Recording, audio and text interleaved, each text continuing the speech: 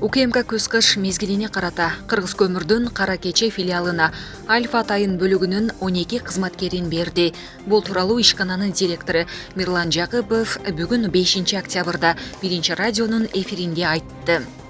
Жакыповдун айтымында ал жакын эле мамлекет башчысы менен жолуккан. Алар жерлерде коопсуздук маселелерин талкуулашты. Жакыпов 5 күн мурун Альфа Атайын кызматынын жоокерлери Кыргыз көмүр мекемесин кайтарууга жөнөтүлгөнүн айтты.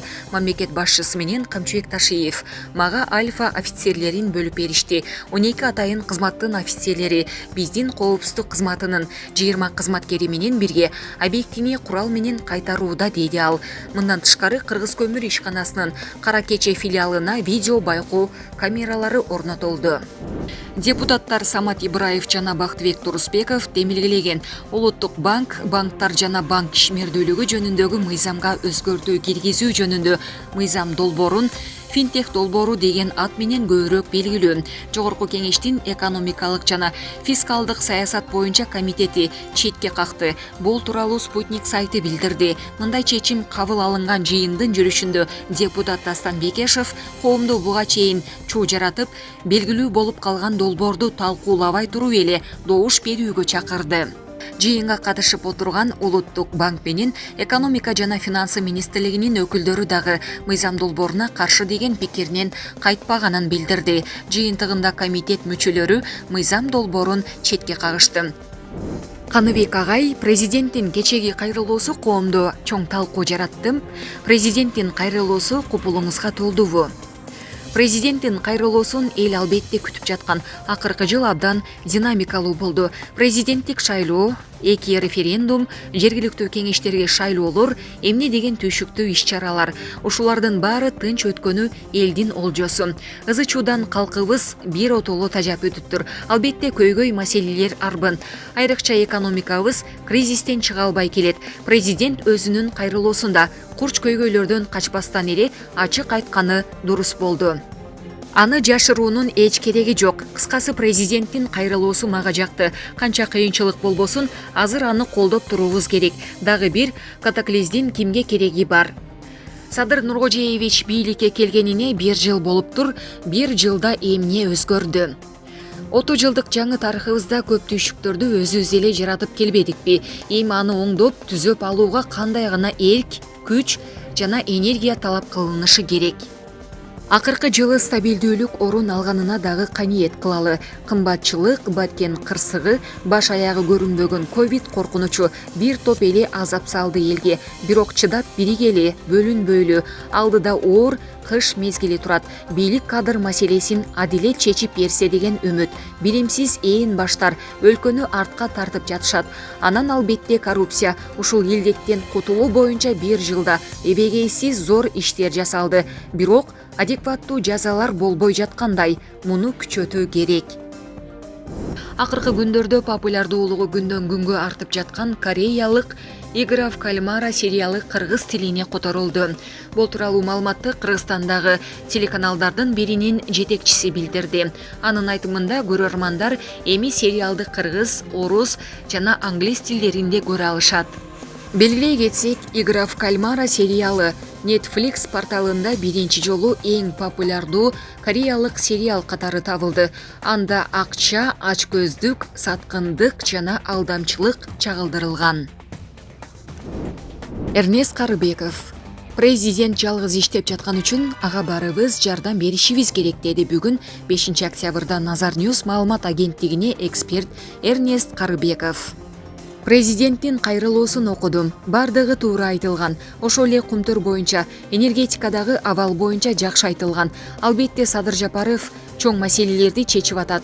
Коңшу өлкөлөрдөн бекер, арзан электр энергиясын алып келүү боюнча сүйлөшүп берди. Элге тарифти көтөртүргөн жок. Бирок ал жалгыз иштеп, оор маселелерди чечүүнүн аракетин көрүп жатат. Эмне үчүн президент жалгыз иштеп жатат? Мисалы ошол эле энергетиканы башкаргандар иштебей жатат. Президенттен башкасы кыйратып иштебеген үчүн өкмөттүн кышка даярдыгы жок. Ошентсе да президент чоң маселелерди чечип жатат. Эмнегедир жооптуу кызматтагылар ажуу каалагандай, эл каалагандай иштешпей жатат. Ошол үчүн баарыбыз биригип жардам бергенден башка жол жок. Убакыт каршы иштегенин эске алышыбыз керек. Доброе утро. С праздником вас. Теперь живого увижу. Спасибо большое. Низкий поклон. Спасибо. Министрлер кабинетинин башчысы Кыргыз Республикасынын эл мугалими Антонида Зарянованын абалынан кабар алды. Сиз 60 жылдан ашуун мезгил бою эмгегиңизди мамлекетке арнап, бир катар муунга билим тарбия бердиңиз. Бүгүнкү күнү да билим жана тажрыйбаңызды жаш муундарга тартуулап жатасыз, деди ал. Кыргыз Республикасынын эл мугалими Антонида Зарянова куттуктоо үчүн ыраазычылык билдирди. Биз мугалимдер мамлекет тарабынан бизге көңүл бурулуп жаткандыгына ыраазыбыз. Мен тарых мугалими катары биздин республикабыз көптөгөн тарыхый окуяларды башынан өткөргөндүгүн айтып кетким келет. Ал эми анын тарыхы келечекте коомдун жана мамлекеттин жашоосунда маанилүү ролду ойноочу жаш муунду тарбиялоо үчүн бай материал болуп саналат. Сизге катардагы мугалимге куттук айтып, көңүл бөлгөнүңүз үчүн ыраазычылык билдирем, деди ал. Улукбек Марипов белгилегендей, бүгүн Борбордун мэри жана президенттин аймактардагы ыйгарым укуктуу өкүлдөрү 8 элдик мугалимди мамлекет башчысынын жана министрлер кабинетинин атынан куттукташат. Өлкөбүз эгемендүүлүккө ээ болгонун тарта Кыргыз Республикасынын эл мугалими ардактуу наамы 25 педагогко ыйгарылган. Знаете, что я так благодарна вам. Спасибо. Я вас Спасибо. и горжусь, что такой у нас молодой, красивый, Спасибо. такой энергичный Хорошо, и такой спасибо. умный премьер. Спасибо. Спасибо большое. Урматтуу мугалимдер, урматтуу биздин ага эжекелер, урматтуу Кыргыз Республикасынын билим берүү тармагынын кызматкерлери, баарыңыздарды бүгүнкү жаркыраган майрамыңыздар менен чын жүрөктөн куттуктаймын. Сиздерге биз таазим кылабыз. Чындыгында мугалим бул абдан ыйык кесип, улуу кесип. Сиздер мына баарыбыз окуучу болгонбуз, баарыбыз бала бакчага барганбыз. Ошондон баштап тарбия бергенсиздер. Ар бир окуучуга экинчи ата-эне катары дагы мугалимдерди биз сыйлашыбыз керек. Бүгүнкү майрамыңыздар куттуу болсун.